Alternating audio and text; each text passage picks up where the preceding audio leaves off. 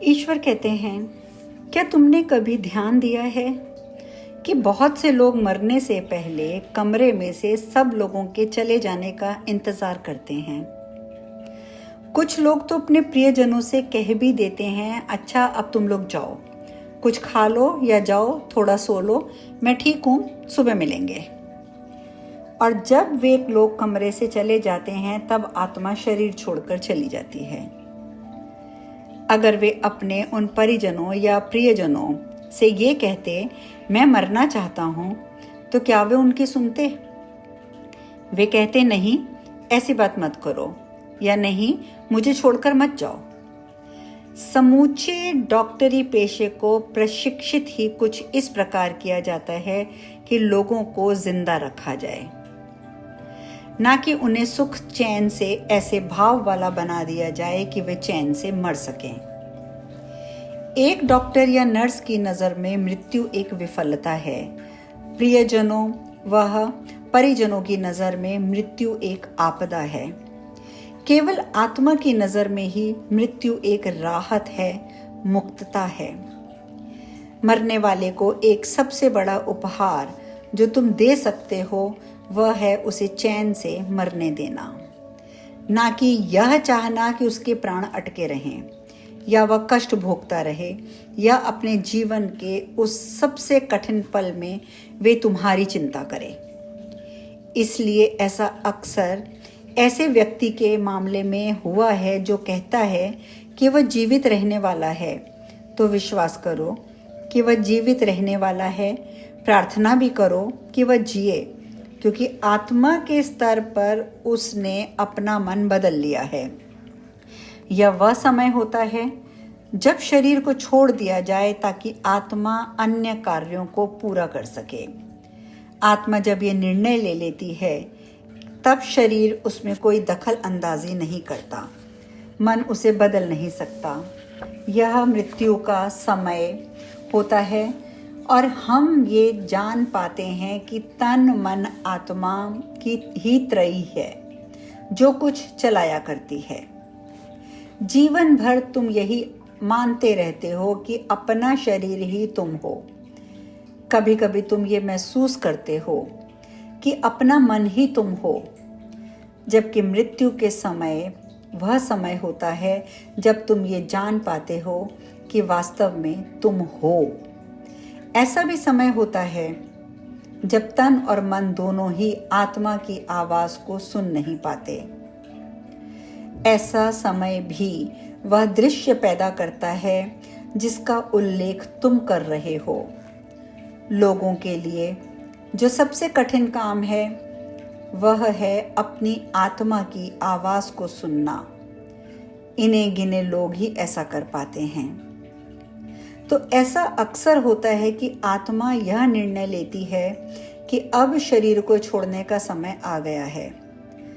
तब ये तन और मन भी, जो कि हमेशा ही आत्मा के अधीन रहते हैं, ये निर्णय सुन लेते हैं और फिर छूटने की प्रक्रिया शुरू हो जाती है।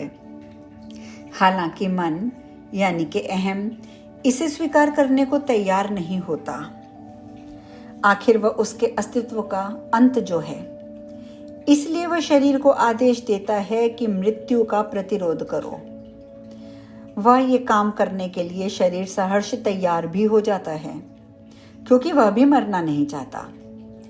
इस बात पर शरीर और मन को बाहरी संसार से, इसके रचनाकार संसार से भी भारी प्रोत्साहन और भारी प्रसन्नता प्राप्त होती है और इस तरह रणनीति तैयार हो जाती है। इस मौके पर तो कुछ इस बात पर निर्भर करते हैं कि आत्मा शरीर को छोड़ने के लिए कितनी आतुर है।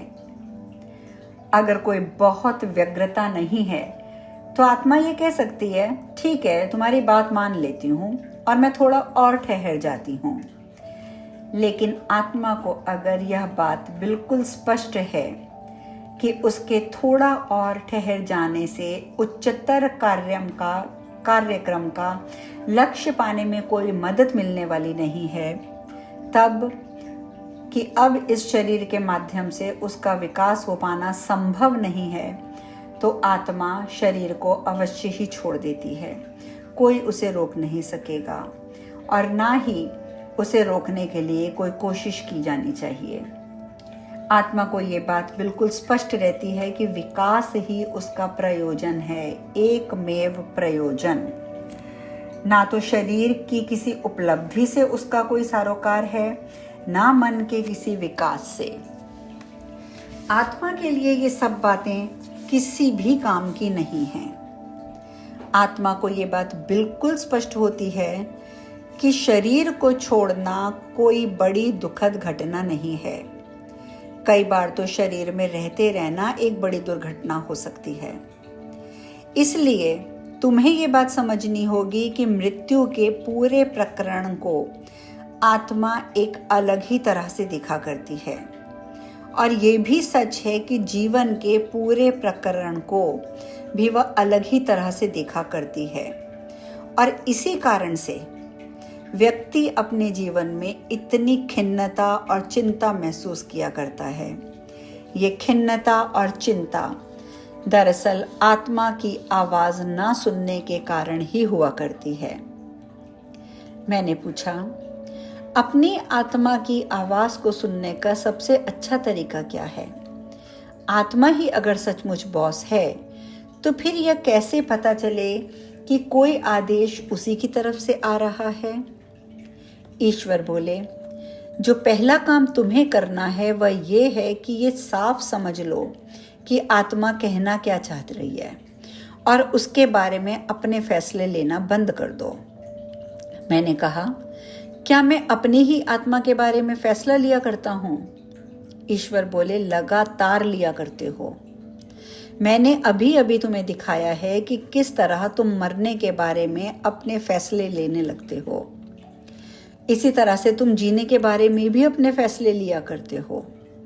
तुम हंसने के बारे में, रोने के बारे में, जीतने के बारे में, हारने के बारे में, और खास तौर पर आनंद व प्रेम को अनुभूत करने के बारे में, इन सभी बातों में तुम अपने फैसले ही लिया करते हो। मैंने पूछा, क्या मैं ऐसा करता हूँ? ईश्वर बोले, न जाने कहाँ से तुमने ये धारणा पार ली है कि हर्षोल्लास से खुद को विरत कर लेना ही धर्मपरायणता है, कि जीवन को सुखपूर्वक ना बिताना ही दिव्य जीवन बिताना है। तुमने खुद को ही ये पाठ पढ़ा लिया है कि विरक्ति और विरति गुण होती है। मैंने पूछा, तो क्या आप ये कह रहे हैं कि ये अवगुण होती है? ईश्वर बोले, ना ये गुण होती है ना अवगुण होती है, ये तो बस नकारवादी होती है।